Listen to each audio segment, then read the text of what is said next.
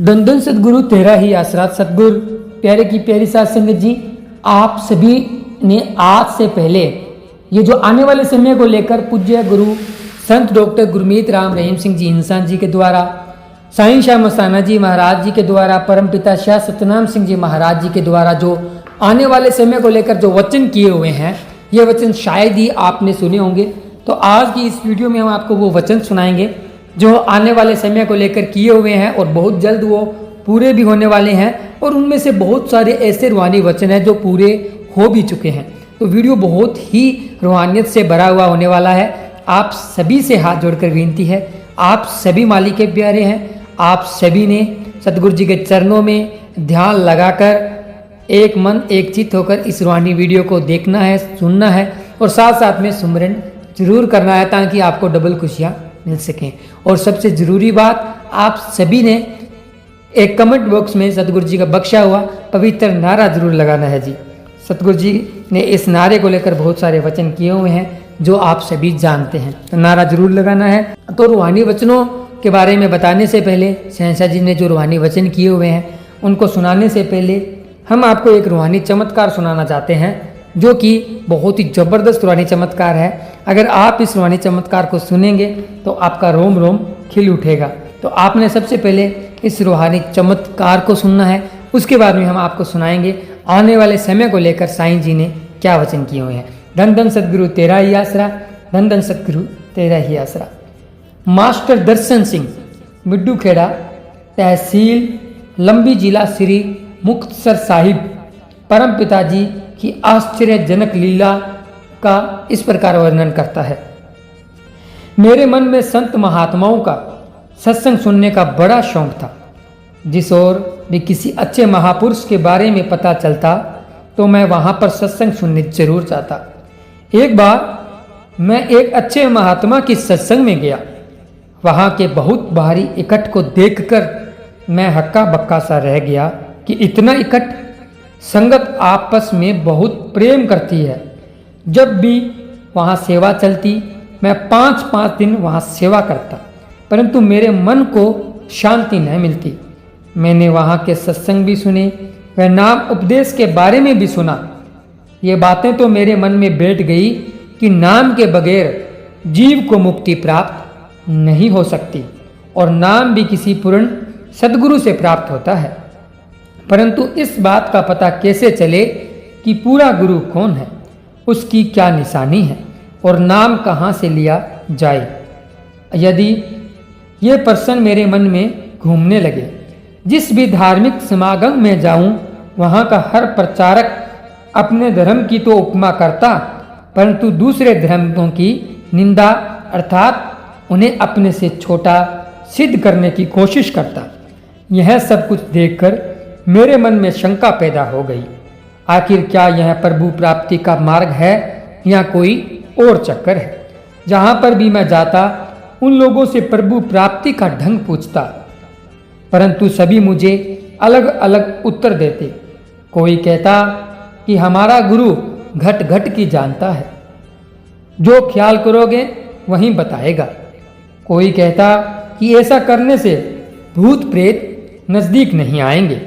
किसी ने अपने गुरु को निहंकलाक अवतार बताया और किसी ने उसे 2 जहानों का मालिक बताया। लेकिन ये सब बातें मेरी समझ में न आई और न ही मेरी तसल्ली हुई। अब तो एक ही प्रश्न बाकी रह गया कि पूर्ण गुरु कौन है और उससे किस तरह भेंट होगी। मैं डरता था कि कहीं अधूरे गुरु के घेरे में न आ जाऊं, फिर तो जीव पूरे गुरु के पास जा नहीं सकता, वहाँ पर ही उलझकर रह जाता है। मैंने अंत में उस परिपूर्ण परमात्मा से प्रार्थना की, यह मामला मेरी समझ में बुद्धि की हद से बाहर है। मेरी अकल इस बात का निर्णय नहीं कर सकती कि पूरा गुरु कौन है, क्या ठीक है और क्या गलत। जो भी हस्ती ताकत मेरा कल्याण कर सकती है तथा मुझे मुक्ति दिला सकती है, वह ईश्वरीय शक्ति मुझे अंदर से समय दर्शन दे। अर्थात मुझको अंदर से जो भी प्रत्यक्ष परिचय दिखाए अथवा कोई ईश्वरीय शक्ति का प्रमाण दे तो मैं उसे ही अपना गुरु स्वीकार करूंगा। मेरी वही बच्चों वाली जिद थी। ठीक थी या गलत यह मालिक ही जानता है। मैंने जो मालिक से दर्शनों की प्रार्थना की थी, 4 रात्रि गुजर गई, दर्शन न हुए।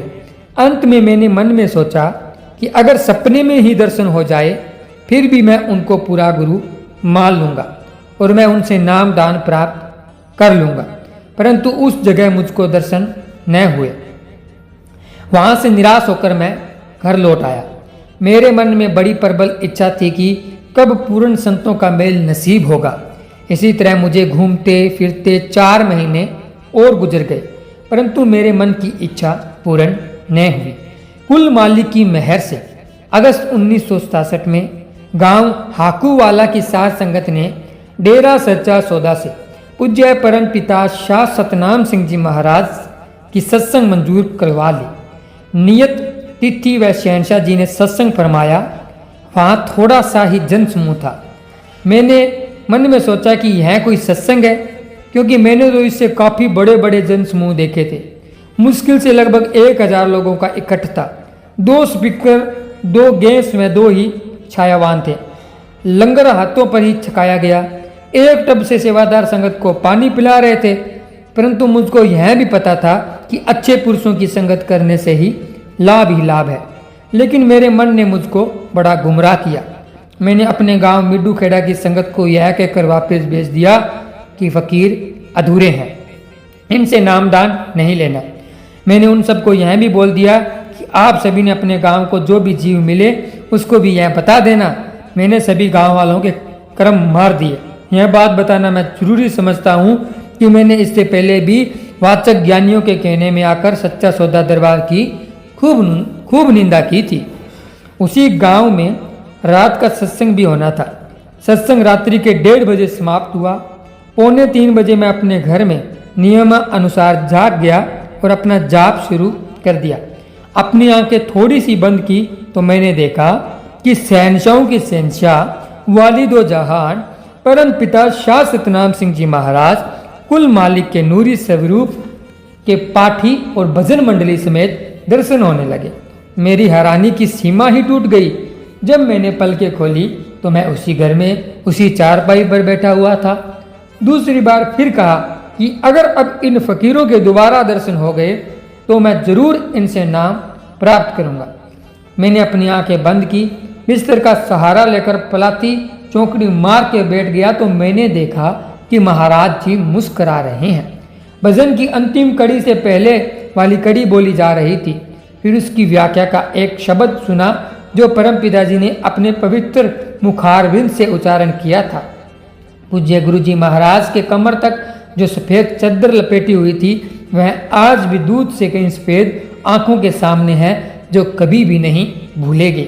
मन की बुरी बुरी चालों तथा नीच गतियों को वही ही जानता है जो पूरे गुरु की शरण में पहुंचता है। देखो कहाँ तो यह मन दर्शनों की शर्त लगाता था, जबकि 2 बार हजूर महाराज जी के प्रत्यक्ष रूप में दर्शन भी हुए, फिर भी यह जाली मन माना नहीं। फिर प्रश्न किया कि अगर अब तीसरी बार दर्शन हो तथा समय आकर कोई बातचीत करे तो फिर मैं उन्हें पूरा गुरु मानूंगा। यह खुद ही का फाना मेरे मन में लगा दिया तथा साथ साथ मन यह भी कह रहा था कि अभी दर्शन न भी हो तो अच्छा है, क्योंकि आज तक तो इन फकीरों की मैं निंदा किया करता था। बुरा भला कहने से कोई कसर बाकी नहीं छोड़ी। अब किस मुंह से इनकी उपमा करूंगा, यह तो मेरे लिए शर्म की बात है। मन की यह बातें सुनकर मैंने फिर पलाथी लगाकर अपनी आंखें बंद कर ली। तुरंत पहले की तरह फिर परम पिता शाह सतनाम सिंह जी महाराज अपने कर कमलों में लाल पेन पकड़े हुए नूरी स्वरूप में प्रकट हुए। नूरी चेहरे से दाढ़ी के दूध जैसे सफेद बाल चमक रहे थे। परम पिताजी के नूरी बदन पर दूध की भांति सफेद लिबास वस्त्र तथा हाथ में वही लंबी लाठी थी। परम पिताजी का इलाही जलाल उनके पूरे सुंदर चेहरे पर प्रत्यक्ष चल रहा था। बहुत ही प्यारा लग रहा था। उनके चेहरे से खुशियों भरी महक उस वायुमंडल को सुगंधित कर रही थी। मेरा बुरा सोचने वाला मन उस नूरी दर्शन को पाकर बस यही कह रहा था, थोड़ी देर और ठहरो, अभी मैंने जी भर के देखा नहीं है। उनकी कशिश दिल को खुशी से मस्त कर रही थी। वह नज़ारा तो केवल देखने से ही ताल्लुक रखता था, लिखने या बताने में नहीं आ सकता। तुझने परम पिताजी ने अपनी नूरी मुख से फरमाया, मास्टर अब जब तेरा जी भर जाएगा हम तभी ही तेरे सामने से हटेंगे। मन ने नाक से 7 लकीरें निकाली और तौबा की, भला शेर के आगे गिदड़ लोमड़ी आदि कैसे ठहर सकते हैं। मन जूतों के भय से मोम बन गया। फिर मुझे चैन न आई। सवेरे होते ही साइकिल में हवा भरकर 2-2 सवारी साइकिल पर चढ़ाकर गांव हाकूवाला में परम पिताजी के सत्संग में छोड़ आया। इस तरह मैंने 6 व्यक्तियों को नाम की खैर के लिए परम पिताजी कुल मालिक के चरणों में ले जाकर छोड़ दिया। इस प्रकार मैंने और भी कई जीवों का नाम दिलवाया और आप भी सतगुरु जी से नाम की दात प्राप्त की। फिर मैंने कान पकड़कर और नाक रगड़कर अपनी गलतियों की परम पिताजी से माफी मांगी। मेरी माता ने कहा, पागला अब सतगुरु सोना बन गया है, कल तो तुम उसे पीतल बताता था। इसका मेरे पास कोई जवाब नहीं था। धन्य हो मेहरबान साई, बख्शनहार दातार, कृपालु दाता, अंतर्यामी कुल मालिक जी, आप पापी अपराधी निंदकों पर भी दया मेहर करके हंसते हुए अपने गले लगाकर अपने चरणों में जगह दे देते हो। इसलिए आपको 1 बार नहीं, 2 बार नहीं, अनंत बार धन्य धन्य कहा जाए तो भी कम है, तो भी कम है।